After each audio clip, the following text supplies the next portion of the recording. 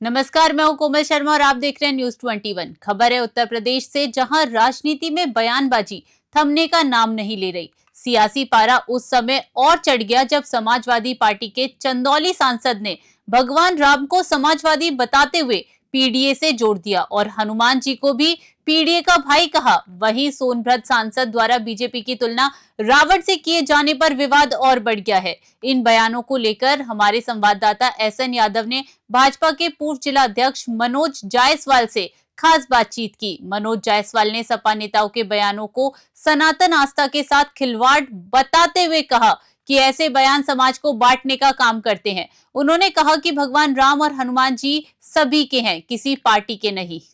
बता दें, उत्तर प्रदेश की सियासत की गलियारों में राजनीतिक पारा अपने आप में बढ़ता जा रहा है। जब से समाजवादी पार्टी के सांसद ने बयान दिया कि भगवान राम समाजवादी थे, बताते चले कि वो वहीं तक नहीं रुके। उन्होंने तो यहां तक कह दिया कि भगवान राम के जो भक्त हैं, भगवान उनके लिए हमेशा तत्पर रहते थे। वो जय श्री हनुमान की बात करते हैं। हनुमान जी पीडीए के भाई हैं और तमाम बातों की बात साथ हम बता दें कि यहाँ तक अभी तो लोग खिचड़ी जो बनाते थे वो अलग अलग तरीके से मनाते थे।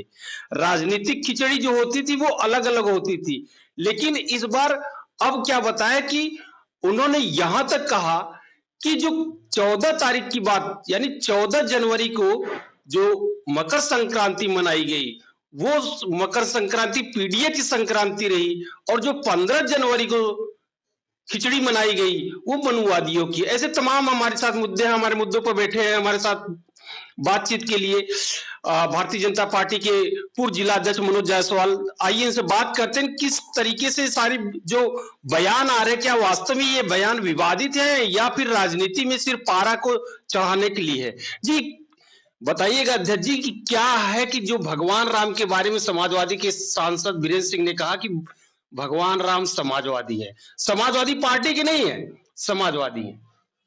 देखिए, मैं बयान को न सुना हूं न पढ़ा हूं, लेकिन आपके माध्यम से जो मुझे जानकारी मिली है, भगवान राम हम सबके आदर्श थे और उन्हीं के आदर्श पे ये सृष्टि टिकी है, ये पूरा जो सिस्टम है वो चल रहा है। और भगवान राम हमारे आराध्य देवता थे, जिन्होंने अपने कार्य के कारण, अपने चरित्र के कारण, अपने व्यवहार के कारण अपनी एक पहचान बनाई और फिर वो मर्यादा पुरुषोत्तम कहलाए। तो जिन लोगों ने इस तरह के बयान दिया है, ये ओछी बयान है, अपने आप को एक तरह से हाईलाइट करने के लिए बयान दिया गया है। भगवान राम को इस तरह से पेश नहीं करना चाहिए और इसी का परिणाम है कि आज समाजवादी पार्टी कहां से कहां चली आई। और मैं ये कह सकता हूं कि 2027 में भी जब उत्तर प्रदेश के अंदर विधानसभा के चुनाव होंगे तो समाजवादी पार्टी को करारा तमाचा लगेगा और फिर से उत्तर प्रदेश में माननीय मुख्यमंत्री श्री योगी आदित्यनाथ जी के नेतृत्व में फिर से सरकार बनेगी और ऐसे जो अनर्गल प्रलाप कर रहे हैं, निश्चित रूप से उनके खिलाफ कठोरतम कार्रवाई होगी।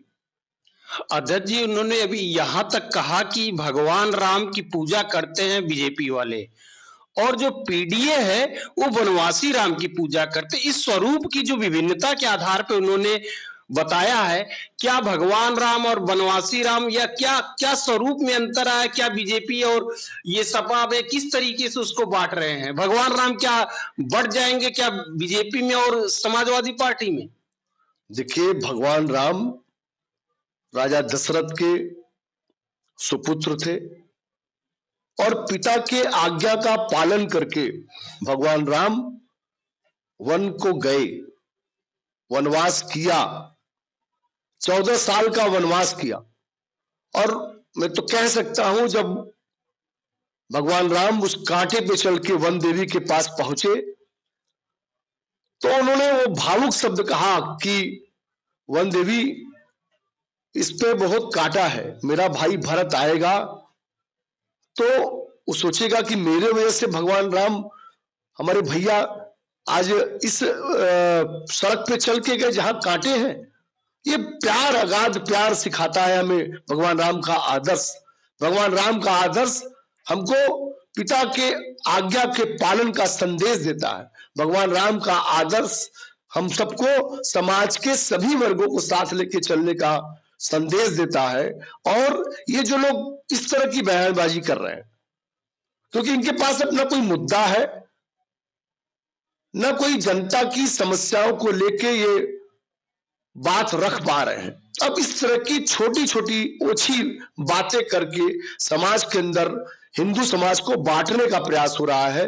लेकिन मैं कह सकता हूं कि आज देश में लोकप्रिय प्रधानमंत्री माननीय नरेंद्र मोदी जी और उत्तर प्रदेश में हमारे मुख्यमंत्री सियासा में समाजवादी पार्टी के लोग इस तरह का बयान दे रहे हैं। सोनभद्र के सांसद है छोटेलाल खरवार, उन्होंने तो बीजेपी की तुलना रावण से कर दी है और आप कह रहे हैं कि यशस्वी प्रधानमंत्री, यशस्वी मुख्यमंत्री। देखिए, राजनीति में इतने नीचे स्तर तक नहीं जाना चाहिए। वही जिनकी आप बात कर रहे हैं, मैं नाम नहीं लेना चाहता, कभी वो भगवान राम की स्तुति गाते थकते नहीं थे। जहां जहां कार्यक्रम में खूब बढ़िया बढ़िया भजन, बढ़िया बढ़िया बिरहा उनके नाम पे गाते थे। आज पार्टी बदली है, पार्टी का चोला बदला है। तो जब चोला बदला है तो वोट को कैसे अपने पक्ष में करें, खुश करने के लिए इस तरह के अनर्गल प्रलाप कर रहे हैं।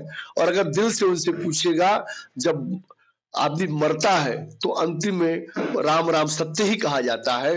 इनके आका जो अब नहीं है इस दुनिया में, जब उन्होंने भी भगवान राम के बोलने पे प्रतिबंध लगाया था, तब भी भगवान राम के प्रेमी लाखों की संख्या में अयोध्या जाकर वहां कार सेवा किए थे। अध्यक्ष जी, आपने मकर संक्रांति किस दिन मनाई? देखिए, मकर आज संक्रांति मनाया है 15 तारीख को या 14 तारीख को? देखिए, मकर संक्रांति के बारे में जो इस तरह के भ्रामक प्रचार किए जा रहे हैं, ऐसा कुछ नहीं है। चूंकि ये कहा जाता है कि जब सूर्य उत्तरायण होता है तब मकर संक्रांति मनाई जाती है। 3:00 पे कल मकर संक्रांति लग गया था। बहुत से लोगों ने कल भी मनाया, बहुत से लोगों ने आज भी मनाया है, बहुत से लोगों ने कल भी नहाया, आज भी नहाया। तो इसमें ये कोई बांटने की बात नहीं करनी चाहिए। समाजवादी तो ये कहती है कि 14 तारीख की जो खिचड़ी थी वो तो पीडीए की खिचड़ी थी, वो 15 तारीख की खिचड़ी मनुवादियों की है। क्या कहेंगे इस पे? देखिए, वो हमने कहा ना, उनके पास कोई मुद्दा नहीं है। सड़कें बन रही हैं, लाइट अच्छी आ रही है, लोगों को पीने का पानी मिल रहा है, खाने के लिए अनाज मिल रहा है, रहने के लिए मकान मिल रहा है, गैस सिलेंडर मिल रहा है, मुफ्त दवाई की व्यवस्था हो रही है। ये सब बात नहीं करते। ये सब बात क्यों नहीं करते? और जब उनकी सरकार रही तब इस प्रदेश के अंदर उन्होंने क्या किया? जमीनों पे कब्जा किया, खुलेआम माताओं बहनों के साथ बलात्कार होता था, बस के अंदर बलात्कार होता था, इटावा के अंदर, सफाई के अंदर खुलेआम बार बालाएं नाच करती थी, करोड़ों रुपया खर्च होता था। अब क्यों नहीं नाच होता? तो ये इस तरह की घृणित मानसिकता का ये बयान है, निश्चित रूप से निंदनीय है। और ऐसे लोगों के खिलाफ भगवान राम ही निश्चित रूप से साथ देंगे और ऐसे लोग खुद मिट्टी में मिल जाएंगे, इतना मैं कह सकता हूं। एक अंतिम प्रश्न है चलते चलते कि जिस तरीके से आजकल अटकलें लगाई जा रही है भारतीय जनता पार्टी में ब्राह्मण विधायकों की बैठक के पश्चात, क्या लग रहा है कुछ वास्तव में संगठन में कुछ ऐसा चल रहा है क्या कि समाजवादी पार्टी कह रही है कि अब ब्राह्मण विधायकों को आमंत्रित कर रहे? उधर आज मायावती का जन्मदिन था, उन्होंने कहा कि जिस तरीके से ब्राह्मण विधायकों को किसी प्रकार के बाटी भोज में नहीं जाना चाहिए, ब्राह्मणों की जो सम्मान है, मान है, उनकी प्रतिष्ठा, जो इनकी इच्छाएं हैं, वो आज भी बीएसपी में मौजूद है। देखिए, कौन कहाँ जाएगा नहीं जाएगा ये हमारा संगठन तय करता है और हमारे माननीय प्रदेश अध्यक्ष जी ने इसके बारे में बयान दिया है।